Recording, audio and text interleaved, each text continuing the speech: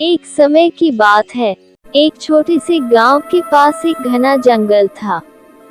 उस जंगल के बारे में तरह तरह की कहानियां मशहूर थीं। वहाँ एक चुड़ैल रहती है जो रात को जंगल में घूमती है और जो भी उसके रास्ते में आता है उसे गायब कर देती है। गांव के लोग डर के मारे कभी रात को जंगल की तरफ नहीं जाते थे।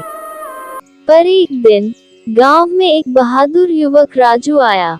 राजू ने गांव वालों से उस चुड़ैल की कहानियां सुनी और उसने तय किया कि वह सच्चाई का पता लगाएगा। राजू आधी रात को जंगल में चला गया। चारों ओर सन्नाटा था, सिर्फ पेड़ों की सरसराहट सुनाई दे रही थी। कुछ देर चलने के बाद उसने देखा कि एक बूढ़ी औरत एक पेड़ के नीचे खड़ी है। उसकी बड़ी बड़ी आंखें थीं और लंबे बाल हवा में उड़ रहे थे।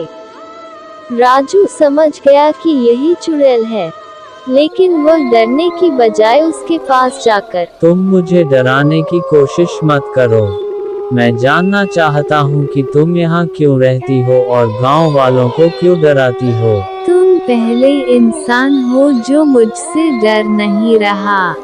क्या तुम्हें मुझसे डर नहीं लगता? नहीं, क्योंकि मैं सच्चाई जानने आया हूँ। मैं चुड़ैल नहीं थी, मैं भी एक इंसान थी, लेकिन एक धोखे ने मेरे दिल को पत्थर बना दिया।